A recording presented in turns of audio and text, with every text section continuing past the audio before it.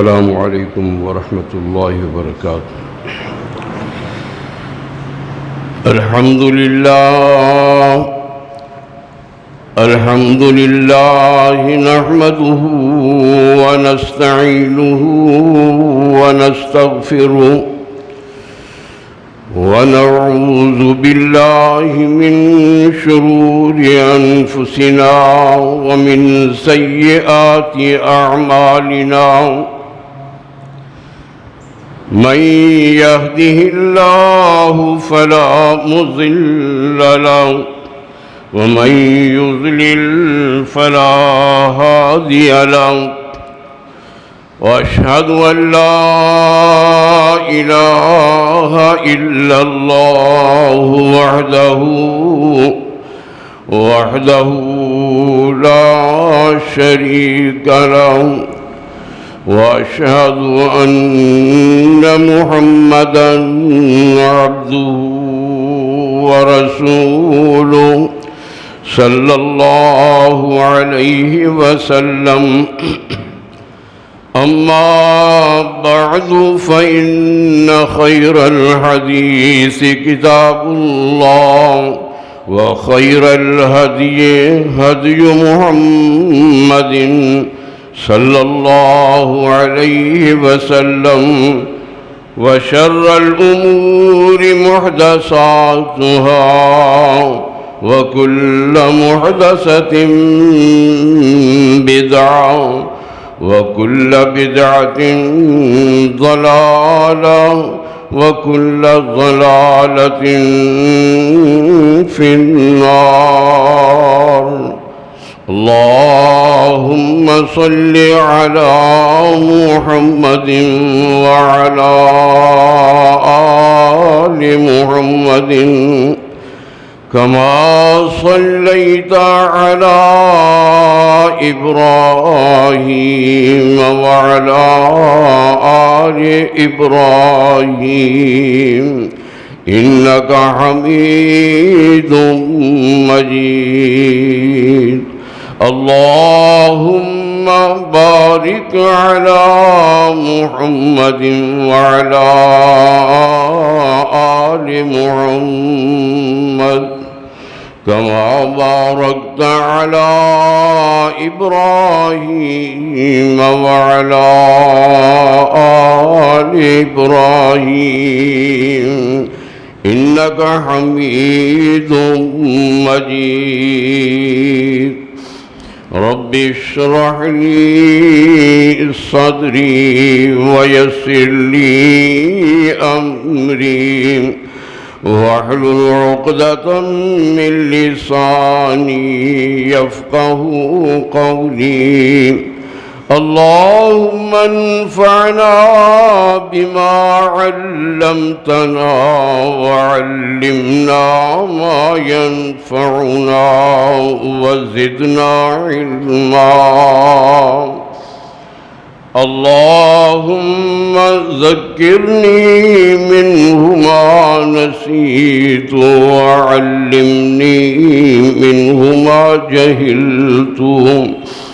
أعوذ بالله السميع العليم من الشيطان الرجيم، من همزه ونفخه ونفثه۔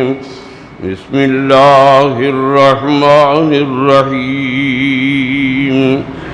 يا أيها الذين آمنوا كتب عليكم الصيام كما كتب على الذين من قبلكم لعلكم تتقون۔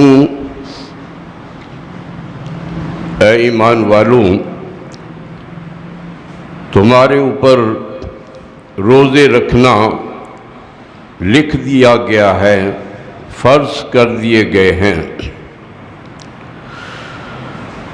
جس طرح تم سے پہلے لوگوں پر روزے فرض کیے گئے تھے تاکہ تم متقی بن جاؤ، تاکہ تم بچ جاؤ نار جہنم سے،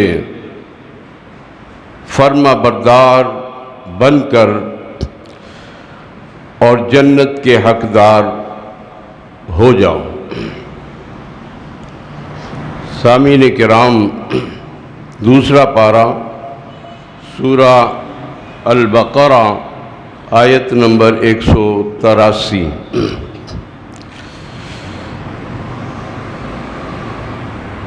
رمضان المبارک کا آج پہلا جمعہ، اللہ کی توفیق سے ہم اس کی ادائیگی کے لیے اللہ کے گھر میں آن پہنچے ہیں۔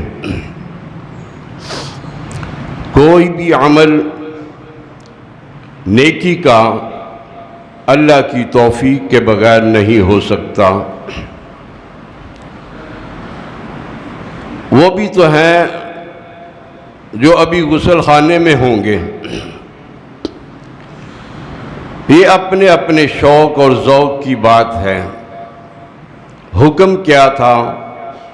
اذا نودی للصلاۃ من یوم الجمعہ فاسعوا الی ذکر اللہ وذروا البیع۔ اذان سنتے ہی مسجد میں پہنچ جاؤ۔ اذان سنتے مسجد میں کون پہنچے گا؟ جو اذان کے وقت سے پہلے بالکل تیار ہو کے بیٹھا ہوا، اور جو اذان سن کر کپڑے پریس کر رہا ہے، نہانے کی تیاری کر رہا ہے، وہ کب اس حکم پر عمل کر سکے گا؟ یہ ہماری کوتاہیاں ہیں، یہ ہماری لاپرواہیاں ہیں۔ ہم اپنی ذات کے ساتھ دھوکہ کرتے ہیں، امیدیں بڑی لگاتے ہیں، دین دین، ایمان ایمان، اسلام اسلام بڑا کرتے ہیں، لیکن عمل میں کوتاہیاں، لاپرواہیاں، غفلتیں، بے حسیاں، وقت پر عمل کو ادا نہ کرنا، یہ ساری باتیں ہمارے اندر پائی جاتی ہیں۔ اللہ ہمیں ان کی اصلاح کی توفیق عطا فرمائے کہ یہ مہینہ اصلاح کرنے کا مہینہ ہے، یہ مہینہ تربیت کرنے کا مہینہ ہے، یہ مہینہ اپنی غلطیوں اور کوتاہیوں کو ختم کرنے کا مہینہ ہے۔ اگر اس مہینے میں بھی ہم اپنی کوتاہیاں ختم نہ کر سکیں گے تو پھر اور کون سا وقت ہوگا اور کون سا مہینہ ہوگا؟ سرکار دو عالم صلی اللہ علیہ وسلم نے اسی لیے تو فرمایا تھا نا، من ادرک شہر رمضان فلم یغفر له فدخل النار فابعدہ اللہ۔ جو رمضان کا مہینہ پائے اور پھر بھی اس کی بخشش نہ ہو، رمضان تو بخشش کا مہینہ ہے، رمضان تو رحمتوں کا مہینہ ہے، رمضان تو برکتوں کا مہینہ ہے، پھر بھی اگر اس کی بخشش نہ ہو، رمضان کے آ جانے کے باوجود، رمضان کے پا لینے کے باوجود، اور وہ جہنم میں داخل ہو جائے، جہنم میں چلا جائے، تو اللہ تعالیٰ اس کو اپنی رحمت سے اور دور کر دے۔ یہ رب کی رحمت کا حقدار ہی نہیں ہے۔ اور رحمت کے متضاد کیا لفظ آتا ہے؟ لعنت۔ اردو میں رحمت کے متضاد زحمت بھی آتا ہے۔ تو جو اللہ کی رحمت سے محروم ہو گیا وہ لعنت کا حقدار ہو گیا۔ اور یہ بات نبی پاک صلی اللہ علیہ وسلم نے بیان فرمائی، بخاری شریف میں اس کا ذکر ہوا، دیگر حدیث کی کتابوں میں، کہ سید الملائکہ حضرت جبرائیل علیہ السلام تشریف لائے۔ نبی پاک صلی اللہ علیہ وسلم منبر کی سیڑھی پہ پہلا قدم رکھا اور آپ نے فرمایا آمین، دوسرا قدم رکھا آپ نے فرمایا آمین. تیسرا قدم رکھا تو آپ نے فرمایا آمین. بعد میں نبی پاک صلی اللہ علیہ وسلم نے صحابہ کے سوال کرنے پر بتایا کہ جناب جبرائیل علیہ السلام تشریف لائے تھے اور انہوں نے میرے سامنے کچھ باتیں پیش کیں اور پھر مجھے کہا قل آمین، آپ آمین کہیے. فقلت آمین، تو میں نے آمین کہی. پھر آپ نے وضاحت فرمائی اسی بات کی جس کا میں ذکر کر چکا ہوں کہ رمضان کا مہینہ پانے کے باوجود بھی پھر جہنم میں چلا جائے. تو جبرائیل علیہ السلام نے فرمایا کہ اللہ کے رسول آپ اس کے لیے بد دعا کریں، آمین کہیں اس کے لیے کہ اللہ اس کو اپنی رحمت سے اور دور کر دے. جو رمضان کی سعادتوں سے بھی اپنی جھولیاں نہیں بھر سکا، جو رمضان کی غفران کے مہینے میں بھی اپنے آپ کو بخشوا نہیں سکا، یہ تو رمضان کے مہینے کے سلسلے میں. اور پھر آپ نے یہ بھی فرمایا کہ جو ماں باپ کو اپنی زندگی میں پائے، دونوں کو یا دونوں میں سے ایک کو، تو ان کی خدمت نہ کریں، ان کی فرما برداری نہ کریں اور جہنم میں چلا جائے. حضرت جبرائیل نے فرمایا اس کے لیے بھی آپ بد دعا کریں، آمین کہیں. آمین دونوں چیزوں پر کہی جاتی ہے نا، یا بد دعا پر یا پھر رحمت کی دعا پر. ہم کہتے ہیں یا اللہ مشرکوں کا، ظالموں کا بیڑا غرق کر دے، پاکستان کے دشمنوں کو تباہ و برباد کر دے. یہ بد دعا ہے نا، تو اس کے اوپر کیا کہا جاتا ہے؟ آمین. اور اگر اللہ سے معافیاں مانگتے ہیں، یا اللہ مجھے معاف کر دے، یا اللہ مسلمانوں کو معاف کر دے، یا اللہ ہماری بیماریاں، دکھ، پریشانیاں دور فرما، یہ اللہ سے رحمت مانگی جا رہی ہے، اس پر بھی آمین ہی کہا جائے. تو حضرت جبرائیل علیہ السلام نے فرمایا کہ قل آمین، آپ آمین فرمائیں، آمین کہیں. تو حضرت نبی پاک صلی اللہ علیہ وسلم فرماتے ہیں فقلت آمین، میں نے آمین کہا. اور اسی طرح تیسری بات آپ نے بتائی کہ جس کے سامنے حضرت جبرائیل فرما رہے ہیں اے پیغمبر، جس کے سامنے آپ کا ذکر ہو، آپ کا نام لیا جائے اور وہ درود نہ پڑے، تو اس کے لیے بھی بد دعا کرو، اللہ اس کو اپنی رحمت سے اور دور کر دے، اللہ اس کو ذلیل کر دے، اللہ اس کو رسوا کر دے. میرے بھائیوں، میرے بزرگوں، یہ بڑا اہم مسئلہ ہے. ہم غفلت برت جاتے ہیں. ایک عالم بیان کر رہا ہے، اللہ کا نام لے رہا ہے، اللہ کے رسول کا نام لے رہا ہے، اللہ کے رسول کے نام پر، ان کے ذکر پر، ان کی شان اور ان کی عظمت کا یہ تقاضا ہے. اور مومن کے لیے، مسلم کے لیے یہ لازم ہے کہ اس کی زبان پر فوراً صلی اللہ علیہ وسلم کے الفاظ آ جائیں، پھر وہ بچ سکے گا، ورنہ وہ اس بد دعا کا بھی حقدار ہو جائے گا. آپ کہیں اس کے لیے جو آپ کا نام سن کر بھی درود نہیں پڑھتا ہے، اس کے لیے آپ آمین کہیں کہ اللہ اس کو اپنی رحمت سے دور کر دے. تو حضور نے اس کے لیے بھی آمین کہی. یہ تینوں باتیں بڑی اہم باتیں ہیں. سیدنا ابو امامہ رضی اللہ عنہ باہلی وہ فرماتے ہیں کہ میں نے اللہ کے رسول کی خدمت میں حاضر ہو کر عرض کی، اللہ کے رسول مجھے کوئی ایسا عمل بتائیں، کوئی ایسا عمل مجھے دیجئے کہ میں اس پر عمل کرتا رہوں.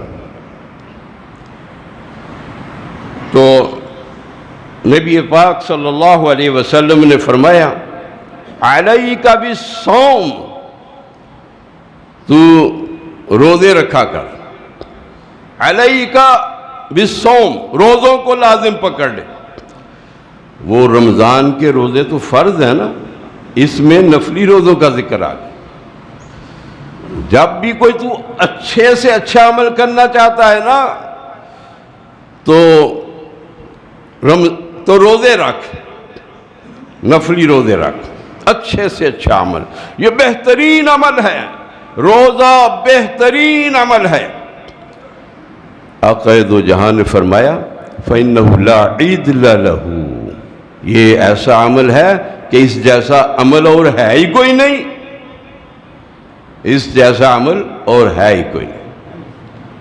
روزہ بڑے ہی فوائد رکھتا ہے۔ ایک تو روزہ رکھنے کے بعد اس کی ریاکاری کی کوئی صورت نہیں پیدا ہوتی۔ گھر میں روزہ رکھنا ہے، کسی کو کیا پتہ ہے روزہ رکھا ہے کہ نہیں رکھا، اس کا روزہ ہے یا نہیں ہے۔ اور میرے مشاہدے میں کئی ایسے بزرگ آئے، مہمانی کے طور پر ان کے سامنے پانی رکھا، انہوں نے نہیں پیا اور چپکے سے کہا جی میں روزے سے، مجھے تو نہیں پتا تھا کہ اس کا روزہ ہے، میں نے تو مہمانی کے طور پر یہ کام کیا۔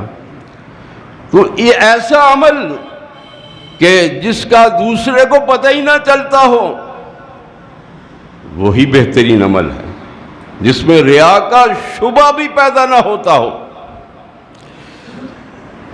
لیکن وہ جو ایک ایک کو سناتے پھرتے ہیں میرا روزہ ہے میرا روزہ ہے، اور روزے کے خلاف بھی بہت ساری باتیں کرتے ہیں، روزے کے تقاضوں کو بھی پورا نہیں کرتے، ان کا روزہ تو ویسے ہی بیکار ہو جاتا ہے، ان کا روزہ ویسے ہی بیکار ہو جاتا ہے۔ روزہ کیا ہے؟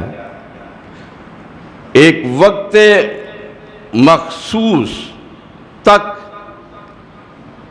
نہ کچھ کھانا نہ کچھ پینا، نہ کوئی شہوانی بات کرنا، نہ کوئی شہوانی خواہشات کو پورا کرنا، نہ جھوٹ بولنا، نہ خیانت کرنا، نہ بد کلامی کرنا، نہ بہتان باندھنا، ہر برے کام سے اپنے آپ کو روکنا، ہر کھانے پینے کی چیز سے اپنے آپ کو روکنا، چاہے وہ حلال ہی کیوں نہ ہو۔ پانی حلال ہے، کھانے والی چیزیں حلال ہیں، لیکن ہمارے لیے مسلمانوں کے لیے کیا حکم ہے کہ سحری سے لے کر غروب آفتاب تک ایک گھونٹ بھی تمہارے منہ کے اندر نہ جائے، تمہارے حلق میں ایک قطرہ بھی نہ جائے، ایک لقمہ بھی تم کھا نہیں سکتے، چھوٹی سی چیز بھی تم لے کر اپنے منہ میں نہیں رکھ سکتے۔ بلکہ نبی پاک صلی اللہ علیہ وسلم نے یہاں تک فرمایا کہ رمضان کے اندر جب تم کلی کرو تو بڑی احتیاط سے کلی کرو، ناک میں پانی ڈالو تو بڑی احتیاط سے ڈالو تاکہ اندر نہ چلا جائے، اندر نہ چلا جائے پانی، بڑی احتیاط کا حکم دیا۔ رمضان روزوں کے علاوہ کیا حکم ہے کہ اچھی طرح سے کلی کرو، مبالغہ کرو، 3 بار کرو، ناک میں بھی اچھی طرح سے پانی ڈالو، اچھی طرح سے صاف کرو۔ اسلام صفائی والا دین ہے، اسلام پاکیزگی والا دین ہے، اسلام میں طہارت کو بڑی اہمیت ہے، بڑی اہمیت۔ کتنی اہمیت؟ وَمَا الطَّهَارَةُ شَطْرُ الْإِيمَانِ، طہارت، پاکیزگی، صفائی، جسم کی صفائی، کپڑوں کی صفائی، یہ آدھا ایمان ہے، آدھا ایمان، آدھا ایمان ہے۔ اگر ہم اس کو نہیں اپنائیں گے تو ہمارا آدھا ایمان تو ناقص ہی رہ گیا نا۔ وہ نماز ہی نہیں ہوتی جس میں وضو صحیح طرح سے نہ کیا جائے۔ تلاوت قرآن سے پہلے بھی وضو کریں، اپنے آپ کو صاف ستھرا رکھیں، اپنے لباس کی حفاظت کریں، اپنے آپ کو گندگی والے قطروں سے بچائیں۔ نبی پاک صلی اللہ علیہ وسلم نے فرمایا کہ اس قبر والے کو اس وجہ سے عذاب ہو رہا ہے کہ یہ پیشاب کے قطروں سے نہیں بچتا تھا۔ آپ نے باقاعدہ اس قبر والے کی طرف اشارہ کیا، اس قبر کی طرف اشارہ کیا۔ اور یہ آپ کو کیسے علم ہو گیا کہ اس قبر والے کو عذاب؟ اللہ نے بتایا، کیونکہ اللہ کا نبی اپنی مرضی سے نہیں بولتا، وہ جو بھی بولتا ہے وہ وحی کے ذریعے سے اس کو جو علم ہوتا ہے وہ بولتا ہے۔ وما ينطق عن الهوى ان هو الا وحی یوحی۔ تو پاکیزگی، اور رمضان کے اندر تو پاکیزگی اور بھی زیادہ ہو جاتی ہے، صرف لباس کی پاکیزگی نہیں، صرف بدن کی پاکیزگی نہیں، زبان کی بھی پاکیزگی ہے۔ زبان سے اگر ایک شخص روزہ رکھ کر جھوٹ بول رہا ہے، اس کا روزہ ہی نہیں ہے۔ اور نبی پاک صلی اللہ علیہ وسلم نے فرمایا کم من صائم لیس لہ من صیامہ الا الظمأ، کتنے ہی روزے دار ایسے ہیں جن کو روزے کا کوئی فائدہ نہیں ہوتا سوائے اس کے کہ وہ بھوکے رہتے ہیں یا پیاسے رہتے ہیں، اور کچھ نہیں ان کو حاصل ہوتا۔ بس لوگوں کے سامنے وہ روزے دار ہیں، بھوک برداشت کر رہے ہیں، پیاس برداشت کر رہے ہیں، لیکن ان کا روزہ رب کے ہاں قبول ہی نہیں، کوئی فائدہ ہی نہیں ان کو۔ کم من صائم لیس لہ من صیامہ الا الظمأ، کتنے روزے دار ایسے ہیں جو صرف بھوکے اور پیاسے رہتے ہیں، ان کو کوئی اجر نہیں ملتا، کوئی اجر نہیں ملتا۔ وَكَمْ مِنْ قَائِمٍ لَيْسَ لَهُ مِنْ قِيَامِهِ إِلَّا السَّحْرُ، اور کتنے ہی قیام کرنے والے ایسے ہیں، رات کا قیام کرنے والے جن کو قیام کا کوئی اجر نہیں ملتا، اس لیے کہ ان کی توجہ نماز میں ہوتی ہی نہیں ہے، وہ کسی اور طرف گئے ہوتے ہیں، پڑھ نماز رہے ہیں لیکن صاحب کتاب اور کوئی کر رہے ہیں، دھیان کسی اور طرف گیا ہوا ہے، خیال کسی اور طرف گیا ہوا ہے۔ ایسے شخص کی نماز بھی اللہ قبول نہیں کرتا، ایسے شخص کا روزہ بھی اللہ قبول نہیں کرتا۔ تو ہمیں تو وہ ایسے روزے رکھنے چاہیے جو اللہ قبول کر لے، ایسا قیام کرنا چاہیے جو اللہ منظور کر لے۔ ہمیں ہر عمل کے اندر اس بات کا خیال رکھنا چاہیے کہ ایسا عمل کریں کہ جس کے اللہ کے ہاں کوئی قدر و منزلت ہو، قبولیت ہو، کوئی اجر اور ثواب مل جائے۔ اور ثواب کی بات، ثواب اتنا زیادہ، بخاری شریف کے اندر بھی یہ حدیث موجود ہے، مسلم شریف کے اندر بھی یہ حدیث موجود ہے، اور سیدنا ابو ہریرہ رضی اللہ عنہ کے راوی ہیں، فرماتے ہیں کہ اللہ کے رسول صلی اللہ علیہ وسلم نے ارشاد فرمایا من صام رمضان ایمانا و احتسابا غفر له ما تقدم من ذنبہ،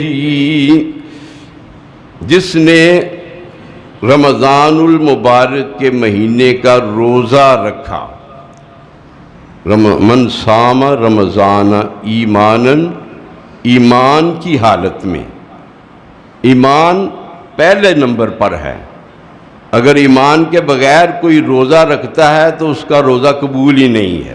مگر غیر مسلم بھی بعض دفعہ جو ہے نا وہ کوشش کرتے ہیں کہ ہم جو ہے نا احتیاط کر لیں، اتنے وقت سے لے کر اتنے وقت تک ہم نے کچھ نہیں کھانا۔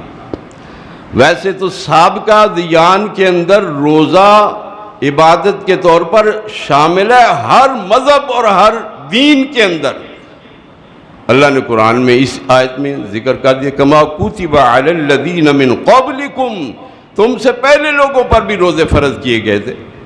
ان کے انداز مختلف ہو سکتے ہیں، ان کے اوقات مختلف ہو سکتے ہیں، ان کی کیفیات مختلف ہو سکتی ہیں، لیکن اللہ تبارک و تعالیٰ نے مسلمانوں پر بہترین انداز، آسان اور سہل انداز مقرر فرمایا روزے کا۔ پہلے اس طرح بھی ہوتا تھا کہ ایک روزہ ختم ہوا ساتھ ہی دوسرا بھی روزہ رکھ لیا، دوسرا ختم ہو ساتھ ہی تیسرا روزہ بھی رکھ لیا، اور اس کو وہ سمجھتے تھے کہ اس کا بہت بڑا اجر ہے، اس کا بہت بڑا اجر ہے، اور اس کو وصال کا روزہ کہا کر، تفاسیر میں اس کا ذکر ملتا ہے، اس کو وصال کا روزہ، ایک روزہ ختم ہے ساتھ ہی دوسرا بھی رکھ لیا، ساتھ ہی تیسرا بھی رکھ لیا۔ اللہ کے پیغمبر نے، دین اسلام نے یہ آسانی پیدا فرمائی، اس پہلی ریت کو، پہلی روایت کو، پہلے طریقے کو ختم کر دیا، فرمایا لا تواصلوا، وصال کے روزے نہ رکھو، منع کر دیا۔ یہ ہیں ہمارے نبی محترم، رحمت بن کے آئے نا، مجسم رحمت، رحمت للعالمین بن کے آئے، محسن انسانیت بن کے آئے، احسان فرمایا، مہربانی فرمائی، فرمایا نہ ایسا کام نہ کرو، یہ تو تمہاری طاقت سے ہی زیادہ ہے، اور اللہ کسی کو اس کی طاقت سے زیادہ اس کے اوپر بوجھ نہیں ڈالتا، لا یکلف اللہ نفسا الا وسعها، اللہ کسی پر اس کی طاقت سے زیادہ بوجھ نہیں ڈالتا۔ اس لیے آپ نے فرمایا کہ آئندہ سے یہ وصال کا روزہ رکھنا منع ہے، حرام ہے۔ ہم میں سے بھی بعض لوگ اس طرح کی حرکت کرتے ہیں، جی سرگی نہیں جی اٹھیا جاندہ ہے، جی رکھ لیجئے روزہ۔ کیوں؟ دین تمہارا ہے، تمہارے باپ کا ہے، اسی طرح عمل کرنا پڑے گا جس طرح اللہ کے نبی نے کیا ہے۔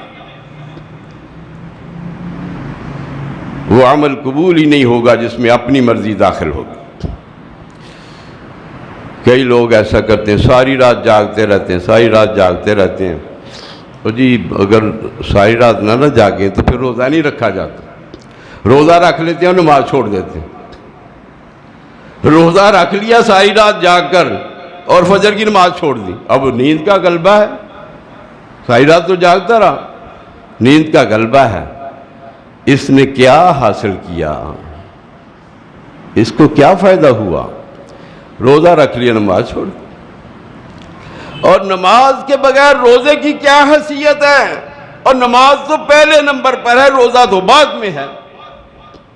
جیسے ایمان پہلے ہے، عمل بعد میں ہے۔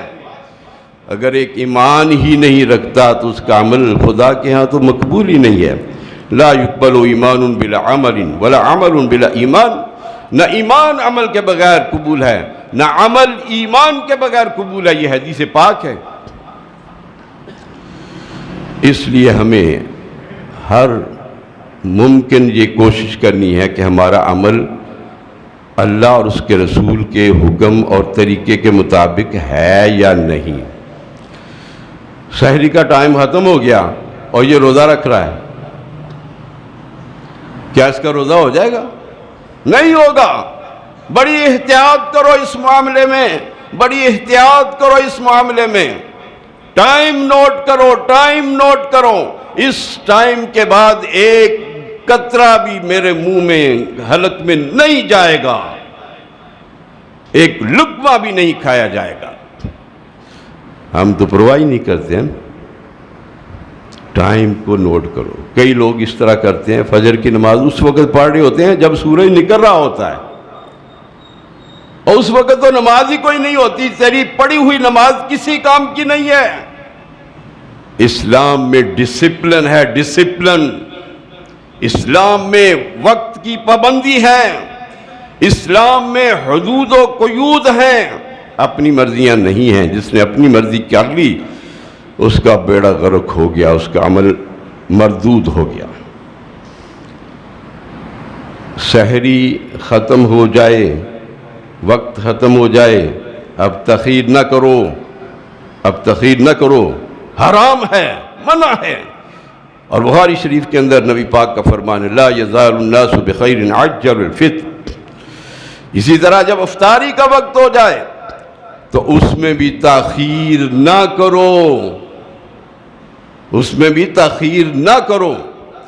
کچھ لوگ ہیں جو اپنے آپ کو منفرد کرنے کے لیے یا اپنے آپ کو علیحدہ کرنے کے لیے 10 منٹ کا فرق رکھتے ہیں، 10 منٹ کا فرق، اور 10 منٹ پہلے افطاری کا وقت ہو چکا۔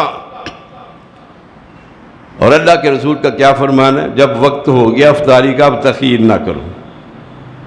اب کس کی مانے؟ کس کی ماننی ہے؟ جناب محمد مصطفیٰ صلی اللہ علیہ وسلم کی۔ اور ہمیں تانا دیتے ہیں یہ روزہ کھولنے بڑی جلدی کر دیں، ہمیں یہ تانا دیا جاتا ہے، اور اللہ کے رسول کا فرمان ہے ہماری اپنی مرضی نہیں ہے۔ ہمیں اس وقت تک لوگ خیر پر قائم رہیں گے، خیر پر قائم رہیں گے۔ لا یزال الناس بخیر ما عجل الفطر، جب تک وہ افطاری میں تاخیر نہیں کریں گے اس وقت تک خیر پر قائم۔ یہ تو خیر پر قائم رہنے والی بات ہے۔ ہاں احتیاط ضرور کریں، وقت افطاری کا ہو جائے تو پھر اس کے بعد تاخیر حرام ہے، پھر منع ہے۔ ہمیں ان باتوں کا پورا ہے۔ تو نبی پاک صلی اللہ علیہ وسلم نے وصال کے روزے سے منع فرما دیا، یہ احسان فرمایا، یہ رحمت فرمائی، یہ مہربانی فرمائی۔ بخاری شریف کے اندر یہ حدیث ہے، لا صام من صام الدہر، مسلم شریف میں بھی اور بخاری شریف میں بھی اس کا ذکر ہوا کہ اس کا روزہ ہی نہیں جو روزانہ ہی روزہ رکھتا ہے، اس کا روزہ ہی نہیں جو روزانہ روزہ رکھتا ہے۔ ایک صحابی نے قسم کھائی تھی نا، میں روز ہی روزہ رکھوں گا، تو اللہ کے نبی نے کیا فرمایا؟ نہ، یہ میرے طریقے کے خلاف ہے۔ میں روزہ بھی رکھتا ہوں، میں چھوڑتا بھی ہوں، کبھی رکھ لیتا ہوں کبھی نہیں بھی رکھتا۔ یہ نفلی روزوں کی بات ہو رہی تھی نا، رمضان کا تو ایک روزہ بھی نہیں نا چھوڑا جا سکتا، یہ نفلی روزوں کی بات ہے۔ تو میں روزہ بھی رکھتا ہوں اور چھوڑ بھی دیتا ہوں۔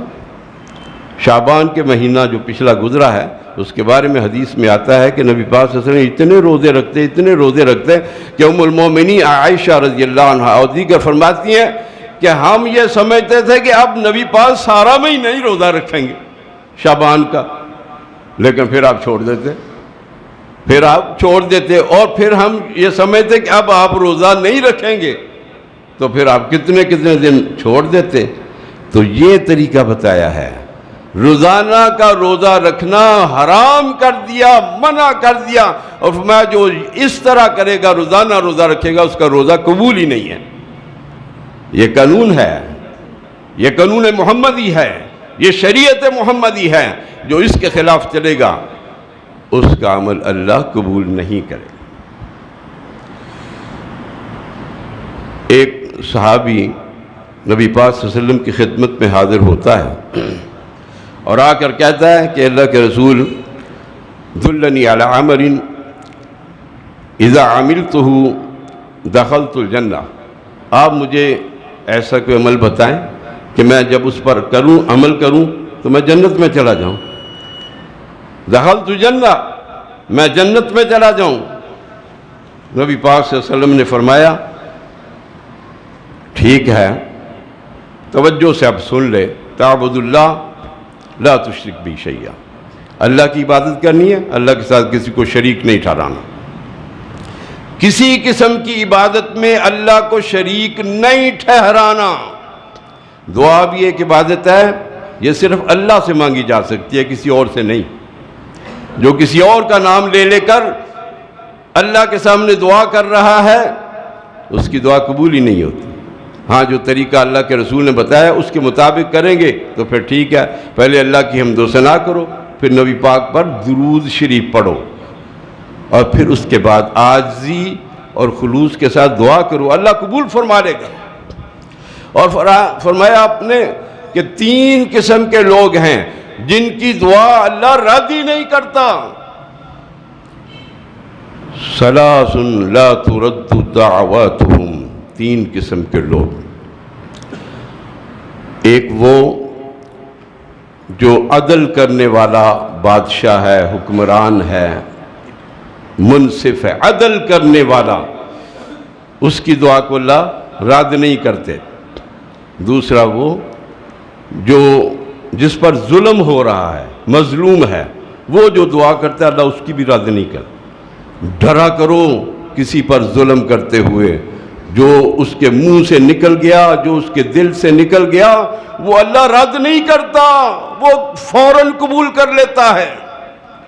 اور کئی ظالموں کو دیکھا گیا کہ ادھر انہوں نے ظلم کیے اور ادھر اللہ نے ان کی گرفت کر لی، کئی ظالموں کو دیکھا گیا۔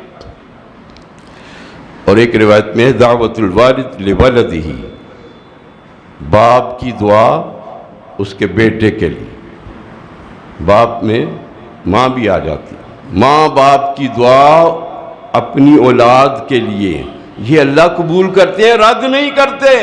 او ماں باپ کی دعائیں لیا کرو، ماں باپ کو پریشان نہ کیا کرو، ماں باپ کو دکھ نہ پہنچایا کرو۔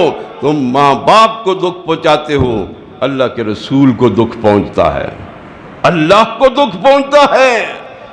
اللہ اور اس کے رسول نے ماں باپ کی فرما برداری کا حکم دیا ہے، دکھ پہنچانے کا تو نہیں۔ اور تیسرا آپ نے فرمایا کہ روزے دار جب افطاری کرنے کے لیے بیٹھتا ہے نا، سب کچھ اس کے سامنے پڑا ہے، ہمت نہیں پڑتی، بھوک بھی لگی ہے، پیاس بھی لگی ہے، لیکن ہاتھ آگے نہیں بڑھا سکتا کہ ابھی وقت نہیں ہوا۔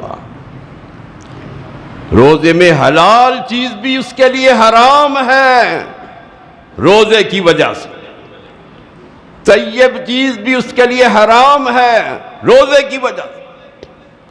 اور اس وقت میں جب بھوک بھی لگی ہو، پیاس بھی لگی ہو، عاجزی کے ساتھ ایک بندہ دعا مانگتا ہے، فرمایا اللہ ایسے روزے دار کی دعا کو بھی رد نہیں کرتا۔ وہ مانگتے ہیں آپ دعا اس وقت مانگا کرو۔ جب روزہ کھلنے والا تھوڑا سا وقت رہ گیا ہے، وضو کر کے اللہ کے سامنے دعا کے لیے بیٹھ جاؤ، عاجزی اور خلوص سے جو بھی دعا مانگو گی اللہ قبول فرما لے گا انشاءاللہ انشاءاللہ۔ لیکن اگر نہ بھی قبول ہو، اگر اس کا اثر نہ بھی نظر آئے تو مایوس نہیں ہونا۔ مایوس تو گمراہ لوگ ہوتے ہیں، مایوس تو کافر لوگ ہوتے ہیں، مایوس تو مشرک لوگ ہوتے ہیں۔ میں مایوس نہیں ہونا، تمہاری اس دعا کا میں اجر تمہیں ضرور دوں گا، اس کا فائدہ تمہیں ضرور دوں گا، جلد یا بدیر یہ ہو کے رہے گا۔ اسی طرح رات کے قیام کے بارے میں فرمایا کہ جس نے رمضان کی راتوں کا قیام کیا اللہ تعالیٰ اس کے بھی پچھلے گناہ معاف فرماتے ہیں۔ روزے کی وجہ سے بھی پچھلے گناہ معاف، رمضان کی وجہ سے بھی پچھلے گناہ معاف۔ صفائی ہو گئی نا، گناہ دھل گئے، گناہوں کی معافی مل گئی۔ کس نے بتایا؟ اللہ کے پاک پیغمبر نے، جن کی زبان سے سچ کے سوا کبھی کچھ نہیں نکلتا۔ جو بات انہوں نے فرما دی وہ بالکل سچ ہے، بالکل حق ہے، بالکل پکی بات ہے، اور انہی کی باتوں کو احادیث کہا جاتا ہے۔